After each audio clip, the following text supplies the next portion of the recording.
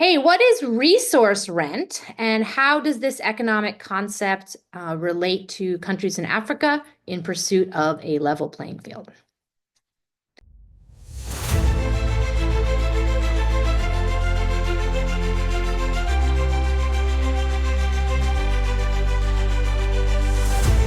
Hey, welcome to the show. Molly here. Today we're going to talk about a concept in economics called resource rent and how this applies to African nations in this ongoing series on producing about a level playing field for Africa. So generally, when we think about the concept of rent, the idea of an apartment or an office comes to mind, where one party is kind of renting space from another party. So while that is absolutely an application of this concept of rent, it's actually more broad than that. So an economist from the 18th century named Adam Smith kind of defined this as income received from assets or resources that are in limited supply and cannot easily be increased. So obviously, if you're renting an apartment in a town, there's probably a finite supply of apartments available. So you are therefore going to secure one of those that falls under this qualification of rent. Now, in the context of African countries that have mineral resources and oil resources, the same idea applies. That when we talk about governments in this case, they have the opportunity to earn income from, selling the rights to the assets that are mined or drilled in their country. And there's obviously a limited supply, and the supply cannot easily be increased at this time. I don't have some magic way to make more gold or whatever. Was just being funny. Okay. So Adam Smith defined that rent kind of comes from three different sort of means. One is from profit, which usually requires risk of capital with the goal of gaining a return. So this would be maybe where you invested in a business or even started your own business. You have to go and kind of put in money to make an investment to kind of get that back. Even buying stocks would capital securities would apply. Capital market securities would qualify as that. Then there are ways that you can earn income from wages. So this is when you have a job and you're going to get paid for your time and effort as an employee. And the third is the easiest to obtain in some situations where this is income required from resources or assets that you're not putting in any capital and you're not putting in any labor. So when you have the mineral rights to like a gold mine, for example, and you are selling off those mineral rights, there's the opportunity for you to earn rent in that case. And what we have seen is that this is a blessing and a curse in many cases. If you watched my video about Dutch disease the other day, when this opportunity is not strategically managed, it can sometimes cause a lot of problems for the most of the people in a particular country. And so there's a couple things here that I wanted to talk about in this idea of resource rent as we think about, why are all of these countries in Africa that have such an abundant amount of resources not like the most prosperous countries on the planet? And it's fascinating to see how a very small group of people who have been skilled at negotiating these deals have really done so with their own interests in mind. And they have enriched a lot of mining and oil companies, and they have enriched a small group of leaders in some of these sovereign nations, while the vast majority of the population, barely has enough money for food to survive. They're certainly not living kind of an abundant life like they potentially could be. So this brings up this concept of resource rent. So as we are kind of moving towards building a level playing field and embracing for the shift from debt as money to asset-backed money, if you're not aware of that, it's kind of a whole nother topic of conversation, but we are in the middle of a shift in global monetary systems. This has been ongoing for years. I've talked about this in other recent videos. We have seen central banks and sovereign nations stockpiling gold in anticipation of a shift away from fiat money to asset-backed money.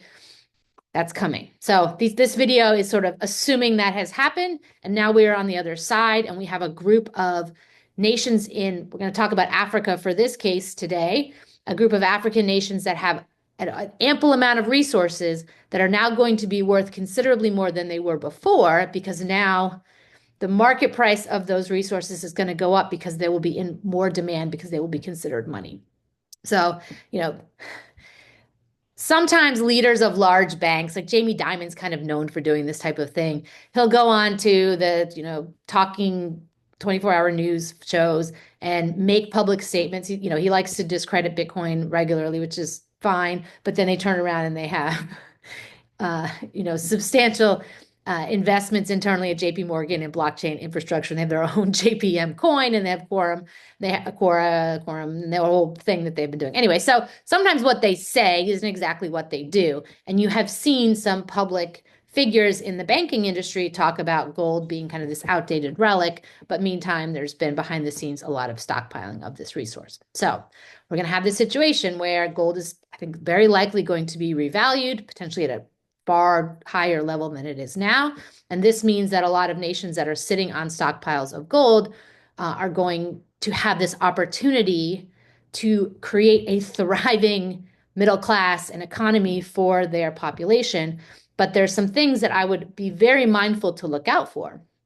One is the fact that the Western mining companies have a legacy tied up in colonialism and imperialism, which those are not nice concepts for the vast majority of people who are affected by those situations. A lot of the, colonial stories from the 1800s are just horrific to read about. I've been reading a lot of books about the Congo lately and the history of the Belgians in the Congo.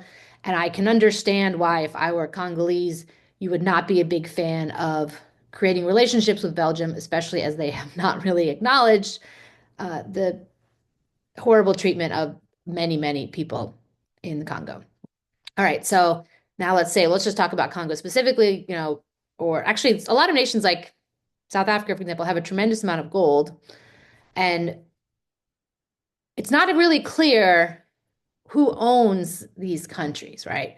So when countries were colonies, South Africa was one, Congo was one. I mean, many, I think, for all these African countries were at times, these Western imperialists kind of came in, decided these were now our countries, and they decided they were going to colonize them and just kind of take over. But now we're in a modern era where there's very clear delineation of property rights and who exactly owns land and who owns these mines. So when a country nationalizes mines, which is happening right now in Burkina Faso, are the property rights of those assets actually being shifted to the population? That's a great question. I've been looking into this, haven't really been able to find a clear answer. But this is what I would do if I were the leader of an African country and I had the concerns of the people as my priority. I would make sure that the property rights of these assets are owned by the people and that royalties are set up to pay them income from the extraction of these assets. I'd also would keep in mind that, you rip up your entire country looking for gold, you're not going to have as much farmland, you're not going to have as much places for people to live, and you're going to potentially poison your water supply because some of the mining processes, use some pretty toxic chemicals to kind of clean off the metals and whatever. So I'd be mindful of all of the considerations while managing diligently the opportunity for revenue to go directly to the people. Now, some countries like Norway have set up sovereign wealth funds where they will take the revenue from oil and put it into this fund that gets managed transparently, at least that's what they say. And so it's kind of like creating a cash flowing asset that can then be used to pay for things like healthcare and education. And African countries can do this as well, but what has happened historically is that after colonialism ended in a lot of these countries, and again, I'm a student learning about these things. I'm certainly no expert. So if I'm incorrect on some of these facts, please let me know in the comments. But my understanding is a lot of these colonies, when the colonizers left, they didn't leave everything behind. And one thing that they have been very strategic about doing is kind of cherry picking leaders that will align with their interests and ensuring that those leaders are in positions of power. I just finished reading a crazy book about the CIA's influence in Africa. And about 2/3 of this book is about Patrice Lumumba, who was a leader in Congo, who was actually the first democratically elected leader after the Belgians were kicked out. and really had smart guy, like really passionate about, you know, creating a prosperous Africa and a prosperous Congo. Unfortunately, though, he couldn't be bought, and it wasn't clear if he was going to allow the United States and other Western powers to have easy access to some of these minerals. Specifically in the case of the Congo, I'm not going to say it right, but the Shinkolobé mine, which is a uranium mine down in southern Congo, that this was the height of the Cold War, and this Russia-US fight over nuclear materials for the purposes of weapons was a pretty hot topic back then. And so what ended up happening was the CIA first kind of got Lumumba kicked out of his job, and they installed another guy, Mobutu, to be the leader, who was in the CIA's pocket. And then eventually the CIA, along with the Belgians and the British, they had him killed. They basically tricked him to leave his guarded compound and had him arrested. He was violently beaten and shot. It was a horrible death. And I'm not even going to, let's just say it didn't return his body for burial because horrible things happened to his body afterwards. Unthinkable crime for a guy who actually never did anything. The CIA documents are pretty clear at this point. It's now been like 60, 70 years, that he had never actually done anything that was a threat to the United States or the military industrial complex's agenda. They just thought that he was capable of being a problem. Like, so he hadn't actually done anything. This is irritating, especially when you have a lot of talking heads in politics in the United States talk about this pursuit of democracy. We have to preserve our democracy, and these blah, blah, blah is a threat to democracy. Like, one of the biggest threats to democracy is the CIA. Like, they literally have, in many cases now, gone in and assassinated or removed leaders who did not support an economic agenda or a political agenda, even if those leaders were democratically elected by their people. And then you wonder why there's all this sort of anti-US sentiment in other countries. Well, if they followed this model that, supposedly the United States is a champion of, which is democratically elected governments, they follow the model, they do it, but the guy happens to serve the interests of the people and not this kind of globalist, like, money-making syndicate. And so they have you taken out. I mean, this happened in Iran. This has happened in several Central American companies, Muammar Gaddafi, Saddam Hussein. So if you kind of go against the interests of this sort of Western banking cartel, I don't even really know what to call them. They're not really the United States in terms of American people. This is this kind of Western money system that these elites, whatever you want to call it, the cabal, that has a specific set of interests, and human life is of little consequence to them, unfortunately. And they have a history of using groups like CIA and MI6 to go in and disrupt very ethically aligned leaders who want to serve the interests of their people, and they'll kill them. And this happened in Congo with Patrice Lumumba back in the 1960s. And that type of thing is an example of the problem that current countries are facing now regarding this resource rent, where you've got all these resources. There are amazing ethical leaders who are willing to step up in Africa. Unfortunately, the minute they do that, this kind of Western cabal, whatever you want to call them, comes in and removes them from positions of authority unless they are willing to play ball. I mean, this is what the whole like Epstein plane business is about. Like, this syndicate that I hope is falling from power now has a history of only allowing people into positions of authority and true power if they are compromised and they're willing to be bribed or paid off or whatever, so that they will serve the interests of the cabal versus serving the interests of their people.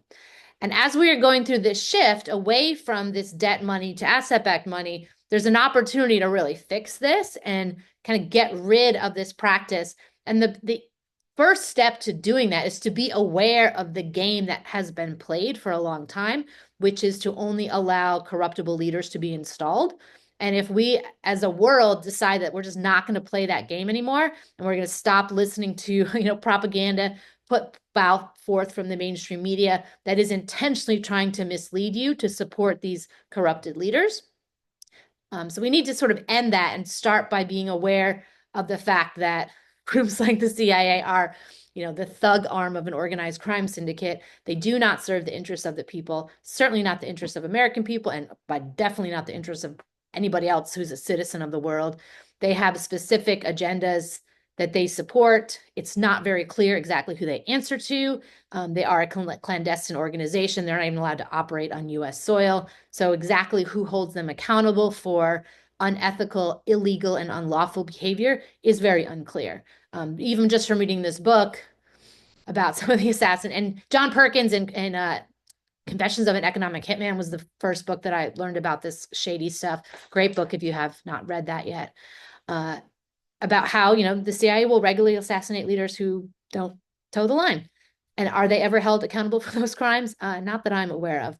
And this book also said that no assassinations will ever happen without the awareness, if not the blessing of the president at the time, which means that, there's a lot of people who've been complicit in these nefarious actions.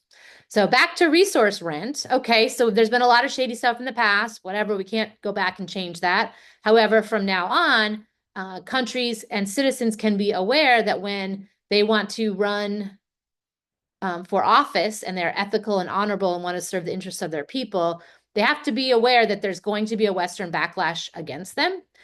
Captain Ibrahim Traore of Burkina Faso is currently experiencing this. From last I checked, there's been 6 assassination attempts against him. Now, he is coming from a military background because the installed government that was there before was part of this bought and paid for by the Western system. And so the only way, don't know him personally, so to speak for him would be very presumptuous. My take is that the only way for the interests of the people to be protected was by a forced kind of junta type takeover. Now, is that the best solution in every case? Probably not. But I think in that situation, it seems like it's worked because you actually have a benevolent leader who is diverting money to things like agricultural programs that are necessary for people to survive and is very anti-corruption and will fire people if it's perceived that they're taking any bribes or doing anything else unethical like that. So that's the amazing thing about this opportunity for Africa is, the world is waking up to the fact that there's a whole lot of this corruption. I hope that institutions like the CIA are just removed because they are not the story that we have been told from things like James Bond and Jason Bourne, that they're in the show Homeland, is like that there are these good guys who are fighting, these wars on our behalf, trying to protect democracy, when in fact they've inverted it. They're doing the exact opposite. They are protecting the interests of a very small group of people who are trying to exploit financially and otherwise the resources and people of the world. And the more we're kind of aware of and waking up to that fact, the better position you are to be able to do something about that. And so one thing I would suggest is that these African nations, as they go through this transition and are weeding out the corrupt governments, make sure you have a solid team of people to help renegotiate the property rights associated with those oil and mineral leases, because you have a chance to start over and make sure that the needs of the people are served first. You also can, Jimmy and I at Valhill, we have a philosophy with every deal we negotiate. We look for the pathway where everybody wins. And there's always one where, in the case of an oil and mineral deal, sovereign deal, you need to make sure the interests of the people are met, the interests of whoever is mining or drilling is met, and the interests of the government and what their needs are. What that's going to mean is that not everybody gets to maximize their profits or their returns. You're all going to have to compromise like you would if you were a family and you had a bunch of siblings negotiating something, or if you were a small town and you had, a couple of neighbors in a dispute or trying to work out a deal. You would all have to figure out what is most important to you and negotiate that you get to win, but you can't win at the expense of everybody else. I mean, this is the system that's leaving, is this profit at all costs and disregard for the harm that is caused from some of the deals that people negotiate. And now we're on the other side where we're going to be able to see more prosperous, thriving economies, because serving the needs of people will be above profit at all costs. And I'm excited for this change. So I have an infographic that I'll put into the comments. This is part of an ongoing series on a level playing for Africa. Resource rent, we talked about Dutch disease in another video. And upcoming, we're going to talk a little bit more about neocolonialism and some of the other mechanisms that have been in place to protect the interests of the few at the expense of the many. So if you have any comments or suggestions for future threads or videos on this topic, please put them in the comments. I will check them out, and I will see you in the next video.